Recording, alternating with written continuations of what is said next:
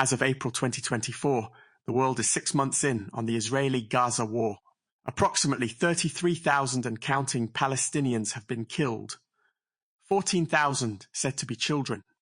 Lest we not forget the 1,200 Israelis reported killed on October 7th, despite the total devastation that we see with our very own eyes, despite the observations and concerns as stated by the United Nations.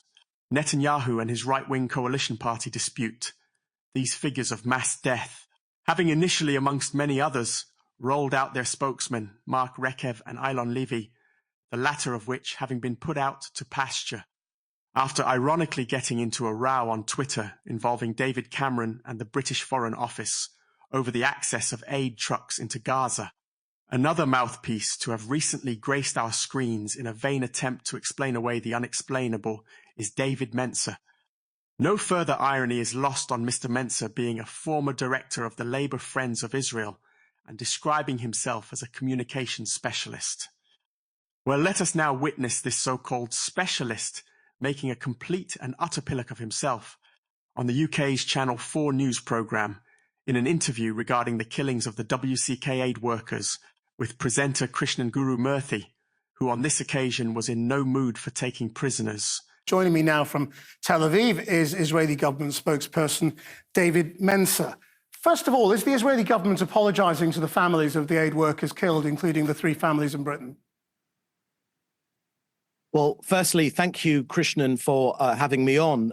From the Prime Minister to the Defence Minister to the spokesman for the Israel Defence Forces, all of us have expressed grief about this occurrence. Yes, but are you apologising? To be frank, if you let me answer, Krishnan, there's no point attacking me already. I've just arrived, for heaven's sake. I'm not attacking you. I'm just asking you a simple question. I want an answer to it. No, you are. Are you apologising? And allow me to answer. Allow me to answer. We have expressed grief about this operation, but we need to find out exactly what has happened. So this was a mistake, wasn't it? So you can apologise already. You don't need to know the precise details to issue an apology. Clearly, there are grieving families tonight.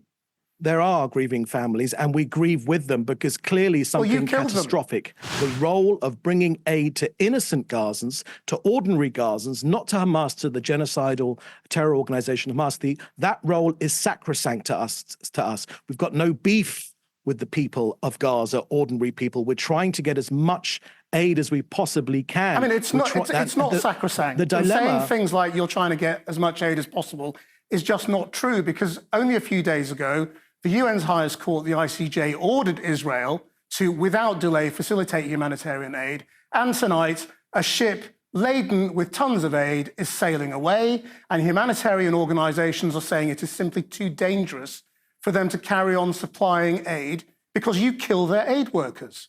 So it is just not true to say it's sacrosanct. It absolutely is sacrosanct, because before this war, which we didn't want or didn't ask for, there were about 70 aid trucks of food alone going into Gaza. Just today, there were 243 on an average. Those numbers are disputed. No, they're not disputed. They're facts, Krishnan. We can No, they're not, because the UN said that before the war, there were 500 facts, trucks going into Gaza and around 150. So, Krishnan, I'm talking about food now. We're not sending in cement anymore. Anyway, I don't want to argue about the numbers of trucks. I'm not asking you about trucks. I'm talking about the fact to build a terror network. Concrete has been used to build. We're not talking about that either right now. We're talking about because you talked, Krishnan, about the aid trucks. We're saying that we're talking about food. There were 70 before the war. Today there were 240. Well, again, I must say the 70 before the war is a disputed number. Those are the facts, Krishnan. Well, it's not a fact. It's a disputed. It's a claim, and it's disputed. And there are contradictory. There are contradictory numbers. I say is disputed. Let's move on to the facts. We are a democratic country with a free press and with checks and balances. And, at some point, you've got to take our side over a genocidal terrorist organization. No, we don't take anyone's sides. We're journalists asking questions. Now, the next question which is the right thing to do, Krishnan. The next thing I wanted to ask you about is the 196 other aid workers who have been killed in Israeli strikes. Are you also going to investigate them in the same way? Look, every civilian death is a catastrophe, but the point of this whole operation is to focus on Hamas and to get our hostages out. Any aid worker, genuine aid worker, of which WCK are one of the good guys in this war, because the dilemma that we face is that aid workers themselves actually participated. Do you accept that they are aid workers? Aid workers themselves from UNRWA, for example. No, we're not talking about UNRWA. I'm asking you about Médecins Sans Frontières. Are they a recognised aid agency in your mind?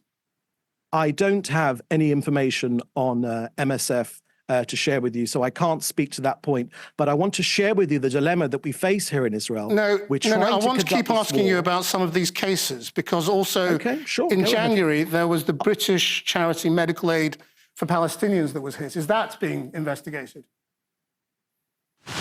Again, I don't have any information on that case, but this expresses the dilemma which we're facing here in Israel. We're trying to get aid using genuine partners, which we believe that WCK are a genuine partner, trying to ensure that Hamas does not steal the aid, loot these trucks, and get it to the people that need it. You know, there's one thing you can be sure of, that unfortunately, is that there's no one hungry in Hamas. We're trying to get as much aid as we possibly can because we have no beef with ordinary Palestinians. We're trying to get to Hamas to finish off this war so that we can return to peace and, most importantly, de-radicalize Gaza. Gaza has a right to be...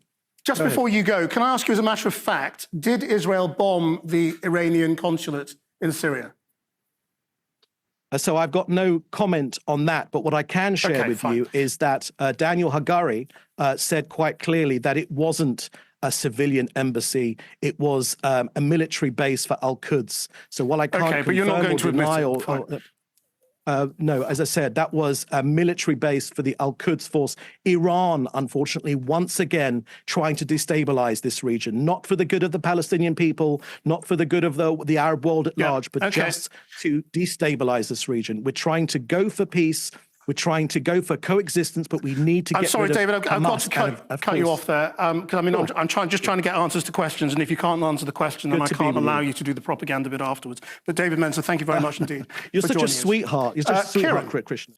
An absolutely cringe-worthy and embarrassing representation from Mr. Mencer, when you consider by many reported accounts that the 7 World Central Kitchen workers were clearly travelling in insignia-marked vehicles, and that each time individuals attempted to escape for their very lives, from one vehicle to the next, in a convoy of 3 vehicles, all and sundry were summarily and brutally killed. This, in unison with an already excruciating death toll of 200 aid workers and counting, makes the lies, half-truths and propaganda even more unpalatable and unforgivable. It may take many years, but at some point, the world or its future more conscionable generations will look to write the stain on its record, and these folks may yet be called to justice.